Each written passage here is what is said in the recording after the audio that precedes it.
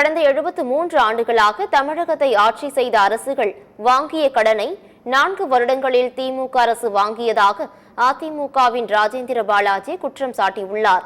விருதுநகரில் நடைபெற்ற அதிமுக பொதுக்கூட்டத்தில் பேசிய அக்கட்சியின் முன்னாள் அமைச்சர் ராஜேந்திர பாலாஜி, சுதந்திரம் அடைந்த பின்னர் தமிழகத்தை ஆட்சி செய்த அரசுகள் வாங்கிய கடன் 5 லட்சம் கோடி.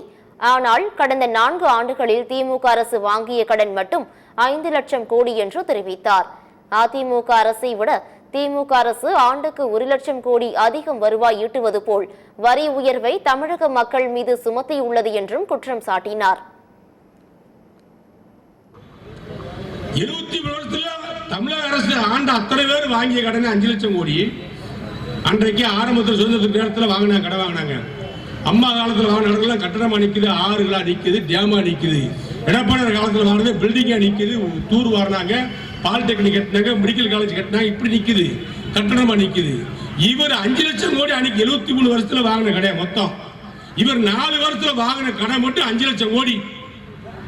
இதுல ஆண்டுக்கு 1 லட்சம் கோடி வருமானம் வேற வருது எக்ஸ்ட்ரா. ஏற்கனவே அதிமுக ஆட்சியில் எடப்பாடியார் இருக்கும் பொழுது, நாங்கள் இருக்கின்ற பொழுது இருந்த வருவாயை விட திமுக வந்ததுக்கு பின்பு, ஸ்டாலின் முதலமைச்சரான பின்பு 1 லட்சம் கோடி அதிக வருமானம் வர அளவுக்கு வரிய மக்கள் மீது சுமத்திருக்காரு.